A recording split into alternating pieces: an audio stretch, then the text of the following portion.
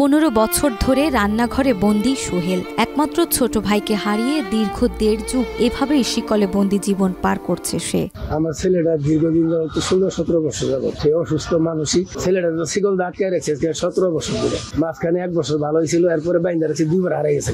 একবার মনে করেন 1.5 বছর পরে যে কোনো এক জায়গা ছিল এটা খুঁজতে হয়েছে, পরে মানুষে আমার এলাকা দিয়ে চলে গেছে। জামালপুরের মেলান্দো উপজেলার আদিপৈত গোয়ালপাড়া গ্রামের এক রান্নাঘরের ভেতরে লোহার শিকলে আটকে রাখা হয়েছে 30 বছর বয়সী সোহেলকে। বয়স মাত্র 15 পেরোতেই এক হৃদয় বিদারক ঘটনার পর থেকে মানসিক ভারসাম্য হারিয়ে ফেলেন তিনি। সেই থেকে 1.5 যুগ ধরে শিকলে বন্দী তার জীবন। আমার বড় ভাইটা প্রায় 15 বছর হলো মানসিক রোগে আক্রান্ত।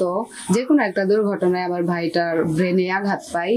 ওয়ালটন টেলিভিশন মাত্র 25,490 টাকায় পাচ্ছেন গুগল টিভি। ছেলেরা আগে ভালোই আসছিল, সারাক করে বয়ে গেছে গা। 15 বছর হইলো চিঠি হারাইছে। 2008 সালে ঘটে যাওয়া এক নির্মম ঘটনা ছিল সোহেলের জীবনের বাকবদল। ছোট ভাই রুবেলের মৃতদেহ পার্শ্ববর্তী জলাশয়ে বাঁশের খুঁটিতে বিদ্ধ অবস্থায় পাওয়ার পর থেকেই মানসিকভাবে ভেঙে পড়েন সোহেল। তখন 3য় শ্রেণীর শিক্ষার্থী ছিলেন তিনি। ধীরে ধীরে পরিবার ও আশেপাশের কাউকে চিনতে পারা বন্ধ হয়ে যায়। একসময় অস্বাভাবিক আচরণ শুরু করেন, যা হাতের কাছে পান তাই ছুঁড়ে মারেন। কাউকে কাছে পেলে আঘাত করার প্রবণতা আরো প্রবল হয়ে যায়। সোহেল আমার বন্ধু ছিল, আমরা একসাথে স্কুলে পড়াশোনা করছি, খেলাধুলা করছি। তো হঠাৎ করে সে স্মৃতিশক্তি হারিয়ে ফেলে। বন্ধু বান্ধবের সাথে আড্ডা দিত, চলাফেরা করতো, পড়ালেখা করতো, খুবই ভালো ছিল। ঠিক আছে, হঠাৎ একটা দুর্ঘটনায় তার স্মৃতিশক্তি চলে যায়।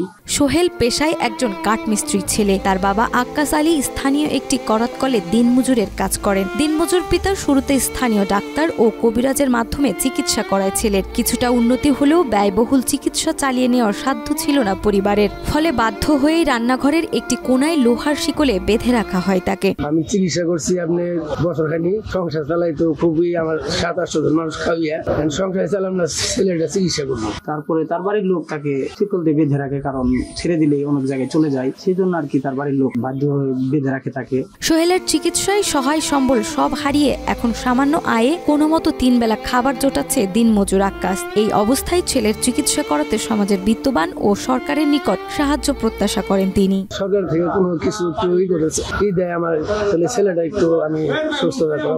আমাদের ওই রকম আর্থিক সামর্থ্য নয় যে আমার বাবা এর চিকিৎসা করাবো।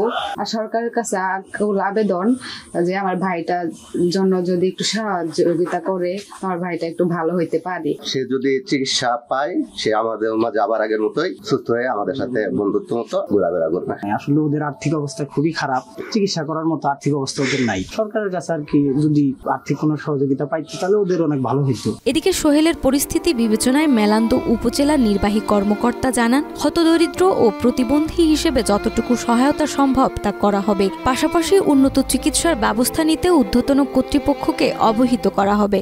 এর আগে ওনাকে ইতিমধ্যে আমাদের যে সমাজ সেবা কার্যালয় থেকে যে প্রতিবন্ধী ভাতা দেওয়া হয়, তারা যেহেতু গরিব, তারা এরকম সুচিকিৎসা পাচ্ছে না, এটা আমি জানতে পেরেছি। ইতিমধ্যে আমরা সমাজ সেবা অফিসে বিষয়টা আমরা অবগত করেছি এবং সমাজ সেবা কার্যালয় থেকে ইতিমধ্যে তার যে সমাজ কল্যাণ একটি ফান্ড রয়েছে, ফান্ড থেকে তাকে কিভাবে চিকিৎসার আওতায় আনা যায় এই বিষয়টা আমরা দেখছি। সোহেলের বাবা মা সহ স্থানীয়রা আশা করছেন সরকার ও সমাজের সাহায্যে সোহেল হয়তো আবারও স্বাভাবিক জীবনে ফিরতে পারবে। নাজমা, ITV।